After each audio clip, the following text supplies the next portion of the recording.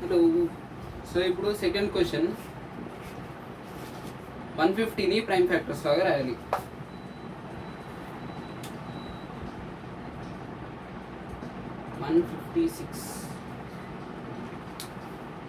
Prime factors అంటే 2, 3, 5, 7, 11, 13, 17.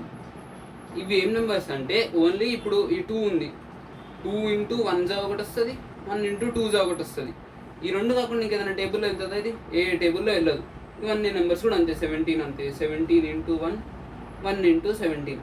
ఈ numbers కాకుండా ఇంకే నెంబర్లో వెళ్ళవు. అలాంటివి ప్రైమ్ నెంబర్స్ అంటారు. ఇవి ప్రైమ్ నెంబర్స్.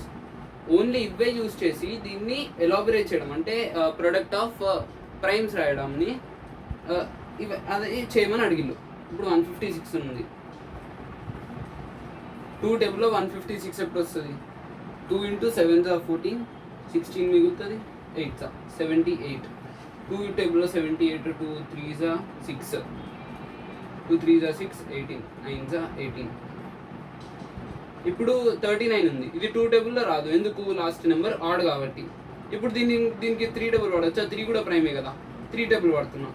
3 ఇంటూ 1, 3 ఇంటూ 3 జా 13. మళ్ళీ ప్రైమ్ వచ్చేసింది మనకి. అంటే ఇంకా 13 టేబుల్లో తప్ప ఇంకే టేబుల్లో రాదు కాబట్టి 13 యూజ్ చేసుకుందాం. 13 ఇంటూ 1.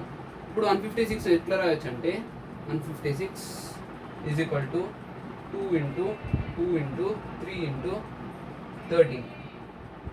అంటే 2 ఇంటూ 2 అంటే 2 square into 3 into 13. 156 the prime factorisation.